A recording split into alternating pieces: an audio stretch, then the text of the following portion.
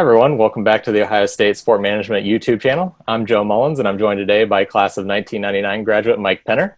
Mike is currently the Executive Associate Athletics Director for Internal Operations at the Ohio State University Department of Athletics. Thanks for being here today, Mike. I'm happy to be here. Thanks for having me. Cool. We'll just get right in with some questions here. Feel free to answer as long or short as you'd like. Can you give us a brief description of your career journey so far and what your current responsibilities are at Ohio State? Sure. So my career journey, I did my undergrad at the University of Dayton and graduated in 1997 at a degree in sport management and then came to Ohio State and came to grad school in Ohio State 97 to 99. I was a graduate assistant in intramurals and in the Department of Recreational Sports, specifically intramurals, and had the responsibilities of supervising all of our officials and that sort of thing. So I was lucky. 1999 graduated with my master's degree and from the program, right, the Ohio State program, and we. My first job, I was lucky because at that time, the Department of Recreational Sports, they kind of started to combine graduate assistantships and create full-time jobs. And so I was one of three people. There were three positions created. One was in marketing, one was in intramurals, one was in fitness at the time. And I was lucky enough to become a coordinator of intramurals as a full-time job in 1999. So I did that for 2 years, and I got to be involved in a lot of extramural activities, flag football regionals and basketball regionals, and I really enjoyed the hosting part of it. And so a job position opened up in the athletic department, which is an assistant director for event management, and a lot of my skills could translate to Big Ten championships, NCAA championships, game management, and so I was fortunate enough to be able to get that job, and I became this again assistant director of event management, and then I've just been lucky. People have left, right, and I've been able to gain some responsibilities. I think it was 2001 when I started in the athletic department. So 3 years later, my supervisor took another position within the athletic department. So then I became the director of event management. And then 3 years after that or so, Gene Smith came and became athletic director and reorganized. I really benefited from that reorganization, and I got a new title called an assistant athletic director, and that's really because I became the primary liaison to football games, or for football games, and then I was able to kind of pick my head up and looked out and said, what else is out there? And so I was able to take on the camps office, the Jack Nicklaus Museum, the ice rink, and then like people started to leave. So we had our SWA at the time. Well, my direct supervisor had left. He became the AD at Hawaii. Another person on staff left to become the AD at Eastern Michigan, Heather Like, and then we had so I was able to, when those happened, I was able to earn some responsibility of overseeing all of our facilities and capital project and those type of operations. That included the golf courses as well. So enjoyed working with the golf courses. So then a couple of years later, Martin Jarman left and he became the AD at Boston College, and Michelle Willis, who was our SWA, she retired. And with that, I was able to kind of pick up information technology, and then and also became a sport administrator for men's and women's tennis. And so now I have responsibilities for our facility operations and capital projects and all of the event and those type of operations. I still get to work with our IT staff, and that includes our video production staff and our audio visual staff. And I get to work with our men's and women's tennis team still. Wow. It's cool to hear from a person who made the transition from rec sports to athletics, because I think a lot of people think that you might get a little bit siloed, but it sounds like you learned a lot of skills during your time at rec sports and intramurals that really transferred over well to athletics? Yeah, but I also think a lot of it had to do with networking as well. So, Gotcha. one of the things about the sport management program that was awesome is that at that time there were a lot of grad assistants, and so those people that were in my sport management class who are still longtime friends, right? We're still Sure. friends. We developed those relationships, and a couple of them had worked over in the athletic department, like a Chris Schneider, Tom McGinnis, and a Phil Eston, who's the AD up at St. Thomas now, and a whole others. There's a whole bunch that were Yeah. in athletics at the time, and Chad Schrader and Joe Manhertz and Yeah. the whole crew, and so because of that, because of the relationships with them, I was able to gain responsibilities in athletics even when I was working in rec sports, and so. At football games, I would work as a merchandise stand manager.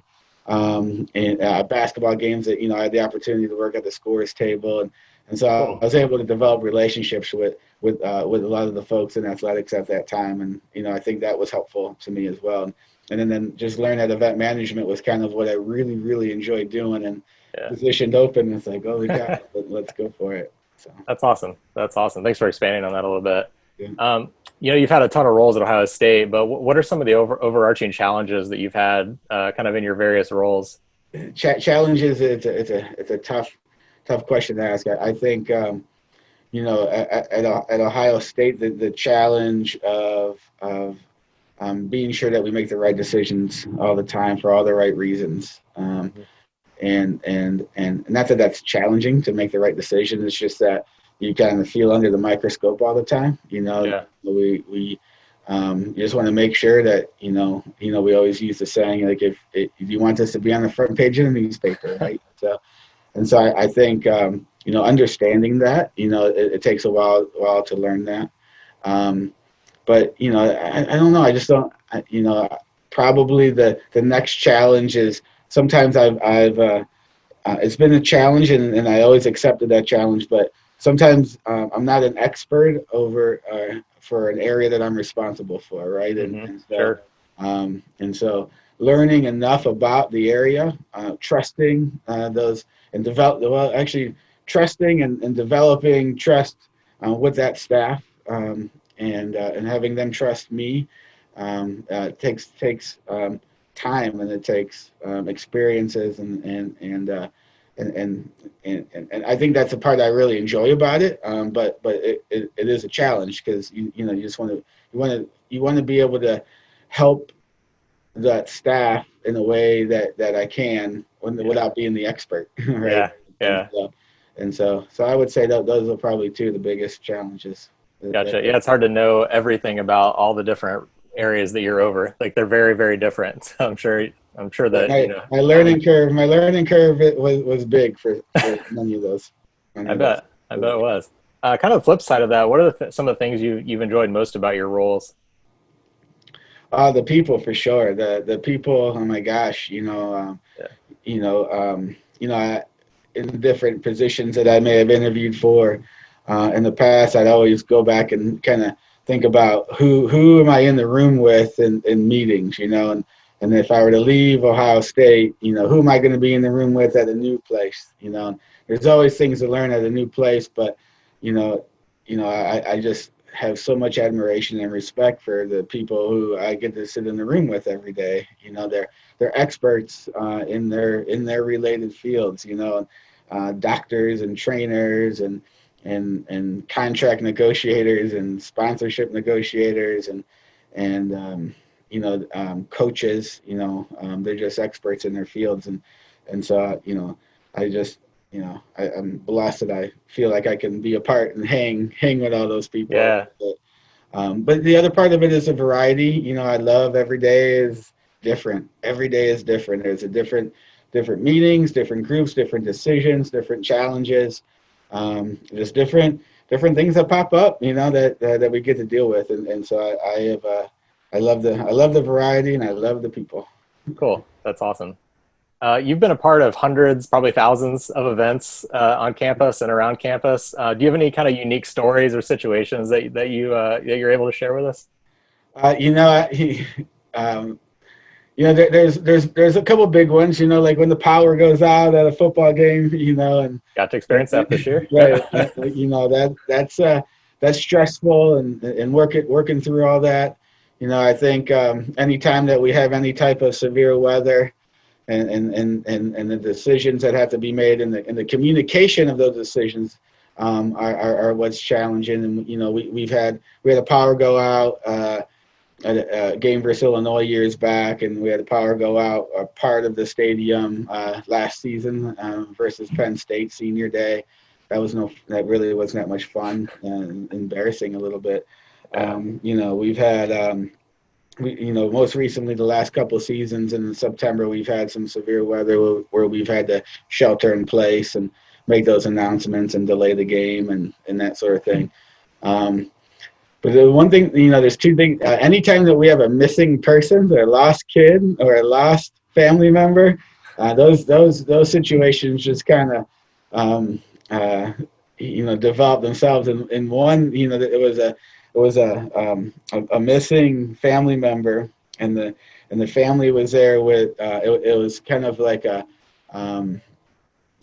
special needs group, and they lost one of the family Oh members who man. had special needs, and nobody understood, couldn't find them, and we had, they had a big group that was looking, and we had our red coats and ushers that were looking for him and all that stuff, and like it got to be like an hour after the game, and we looked at every restroom. It turned out he made his way over to the varsity club, and we were so happy, so relieved and happy Yeah, that he was found, and it was just it was funny that he was at the varsity club. that's funny. Just needed a drink or something. I don't They all know. take their own shape. They all take their own shape. A little nerve wracking, but That's really funny. A little bit more serious topic. So obviously everyone's, very aware of COVID-19 and the impact it's having on professional and college sports right now. Can you just kind of give us your thoughts on the current situation and how you see college sports being affected as the year kind of goes on? yeah, it's really about the safety of the student athletes right now, and the safety of the staff, right? Yeah. And everything that we do is to promote the safety and the health, and to make sure that everybody stays healthy. Um, it's a lot of education, because every part of the country, everybody, it's just a little bit different. And so when for us, when if we invite, or require people to wear masks and maintain 6 feet social distance and wash their hands and take symptom assessments, and we're asking everybody to do that so that everybody stays safe. And uh, and so but but we're learning that, you just have to continue to educate and continue to remind, and that sort of thing. The impact. There's been some positives from the impact a little bit. I think we've learned a whole new way of operating. Right, we Zoom, right, Yeah. and we've learned that not everybody has to be in the office all the time, right? And I think, we can still communicate effectively, with people not being in the same location. I think that's been a positive. I think for me personally, one positive is that I've been able to be home more, right? Yeah.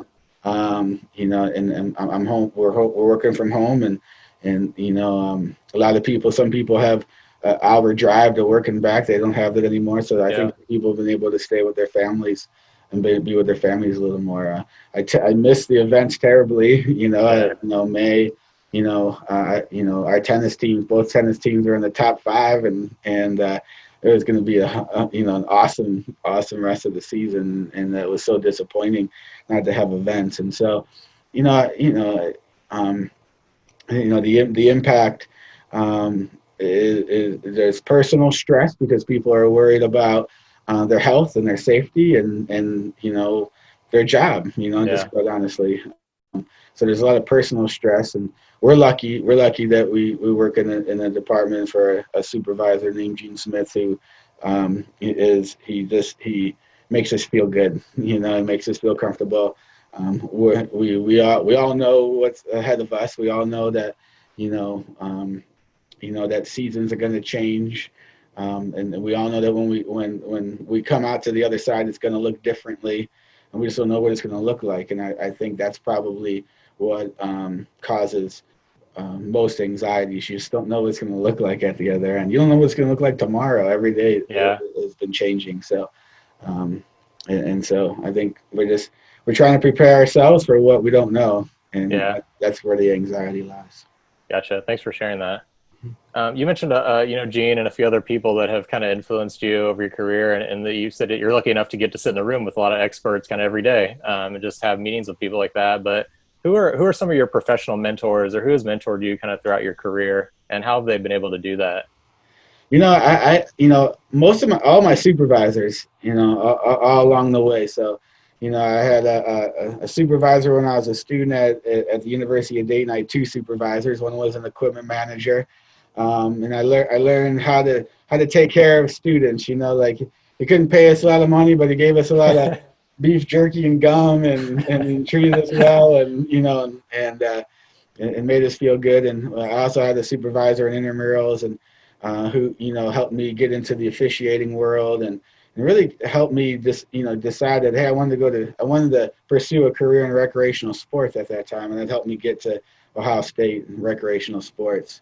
Um, when I got to Ohio State in the Department of Recreational Sports, a gentleman by the name of Bo Rugg, who was my supervisor, and Bo, um, he's a graduate of the program, I think, of some Yep. sort. Yes. And I know he's a North Carolina guy, but he, and we're still friends. Like we still go to lunch, but he was very influential on me when I came to Ohio State for grad school. And again, kind of taught me how to treat people, right? How to treat employees. We'd go to lunch, and every so often he'd pay and talk to me about paying it forward and that sort of thing. And I thought, he was very influential that time. And over in athletics, I had, Tom McGinnis was one of my supervisors. He's also one of my really, really good friends, and we're still good friends now. Learned a lot from him. All my supervisors had like unique characteristics. A lady by the name of Rochelle Simonson, she was our ticket director, and then I got to work with her as a colleague when she worked on the university side and with Campus Park, and taught me discipline, right? Discipline and a little bit of business sense. And then, I would say Martin Jarman, he was probably most influential to me most recently. And obviously he's now the AD at UCLA, and just loved the relationship that we had. And he taught me how to be honest with staff that report to him. He was always honest with me. He wasn't afraid to tell me when I was doing something that was a little out of line, maybe, but very complimentary when I did something very well, and kind of just was awesome. And then obviously Gene, he's been through it all, right? And so Yeah. I've been lucky enough to be on executive team and different leadership teams of his, and just to be able to watch him interact and know like you can be so successful and do everything the right way, and be inclusive and be friendly and be nice, but still be your boss, right? Yeah. He's the top of the pyramid when it comes to athletic directors, and so I would say all those people have had a big influence on my life.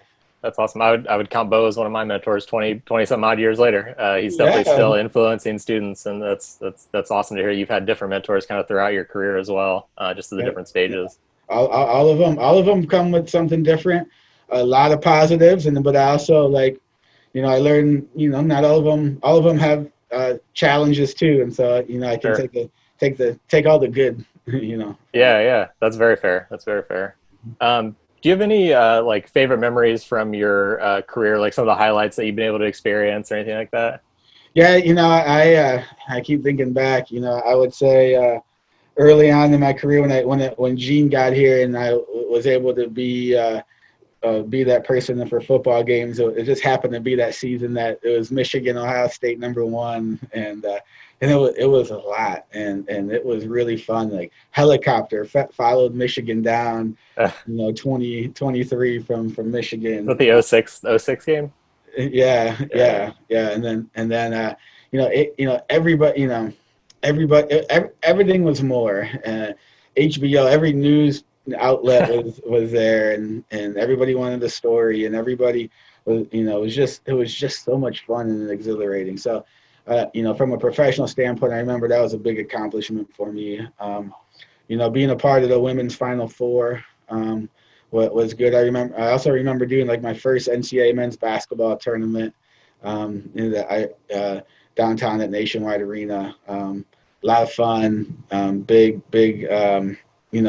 high profile coaches and teams, and it was a great regional.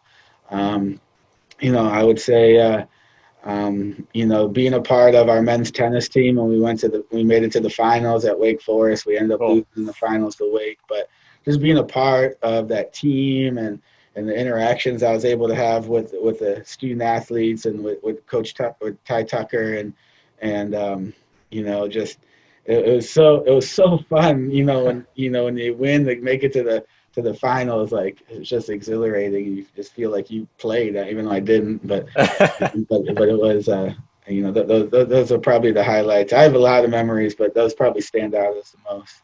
That's awesome. That's so cool. It's cool that you get to, be a part of the team, even though you're like in an administration role. It's kind of cool that you get to experience those things with the student athletes and coaches as well. That's right. I think I would say, as an event manager, facility manager, you don't necessarily, you interact with some student athletes, but not to the level as when you're a sport administrator, and you go on the road, and we get to go on the road every so often, and like you're the only fan, right? So you're the one cheering, and you want to show your support and to, like, they're not shy to tell me how much they appreciate that, and that goes cool. on, makes me feel good. So that's awesome, Mike. Kind of switching gears a little bit. So, you went to University of Dayton for your undergrad. Why did you choose Ohio State for your master's degree? And like, what drew you to the program? I would say it was a little unorthodox, right? And so I was applying to a lot of grad schools at that time. I think it was Christmas time of my senior year when I decided that I wanted to get to go to grad school and get a sport management degree and or some sort of degree either in recreation or sport management or athletic administration. And so I remember I think I applied to Denver and Ohio University and Ohio State and Bowling Green and North Carolina. It's everywhere. UMass, Springfield, all the sport schools.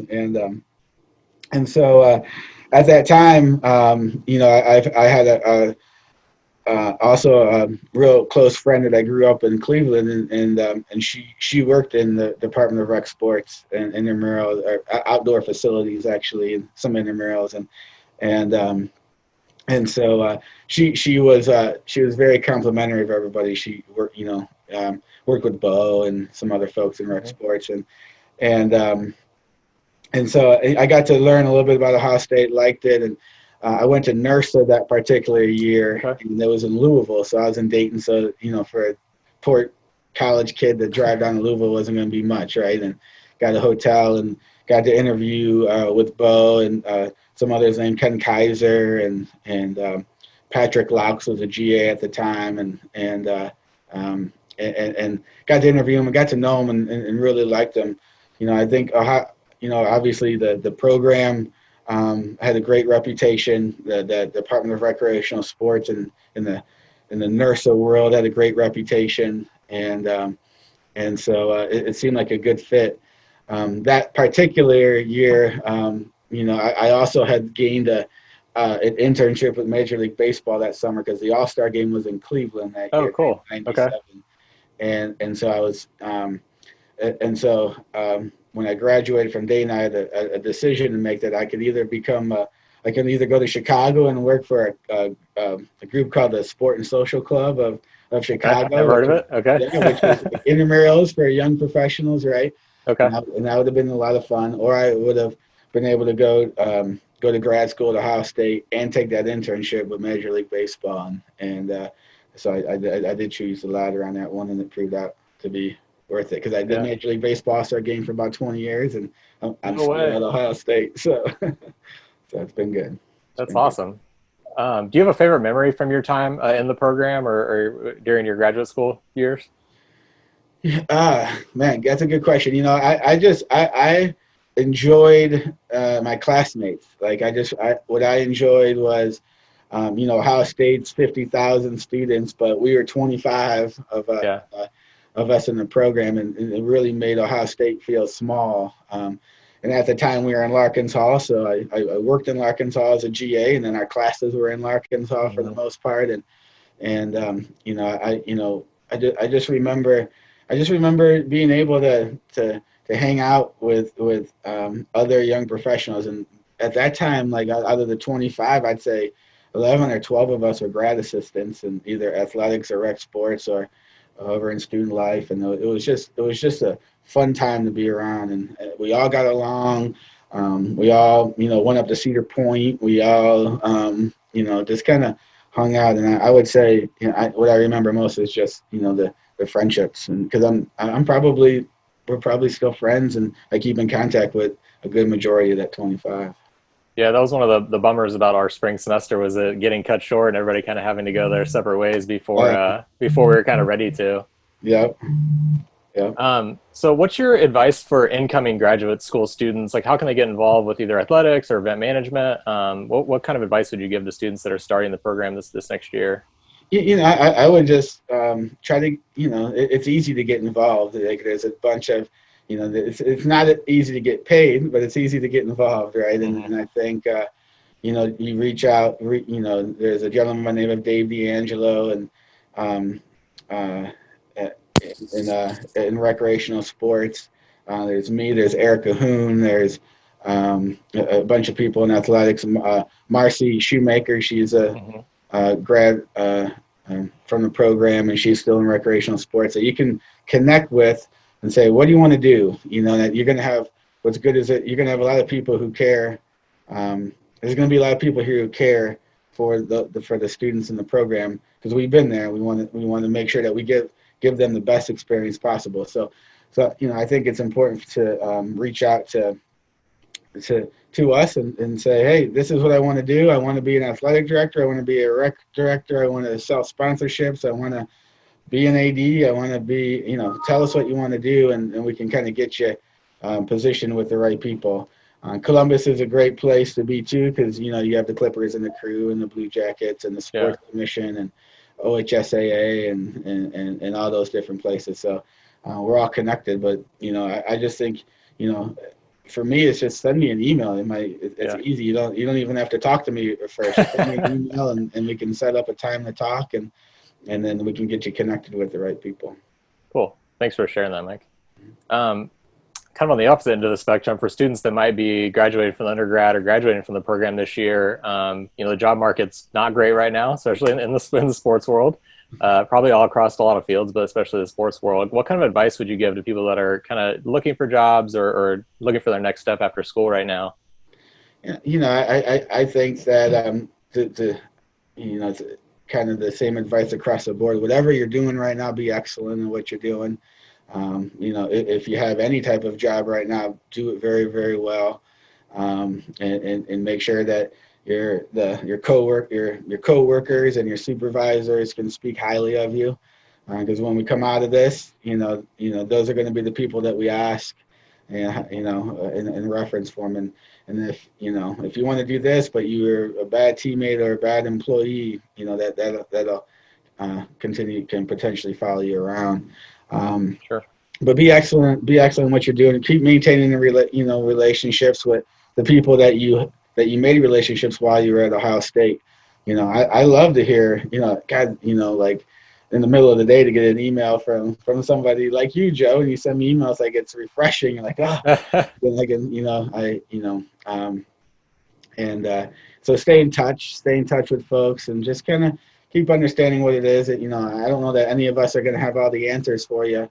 But just, maintaining a relationship, and even if it's keeping it informal, it's 5 minutes, it's quick and funny or something like that, or just trying to keep in touch, or I'm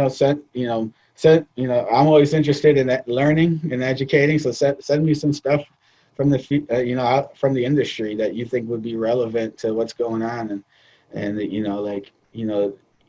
send me something that a minor league team is doing to get fans back in the stands, or That's just one example. But I would just say stay in touch, and whatever you're doing right now, just continue to be excellent. Cool. That's awesome advice, Mike. Thank you. Um, this is a topic that's always been around, but is kind of at the forefront right now, especially in athletics. But what role do you see college athletics playing in furthering the conversation and making positive change when it comes to the race and equality conversation that's happening right now?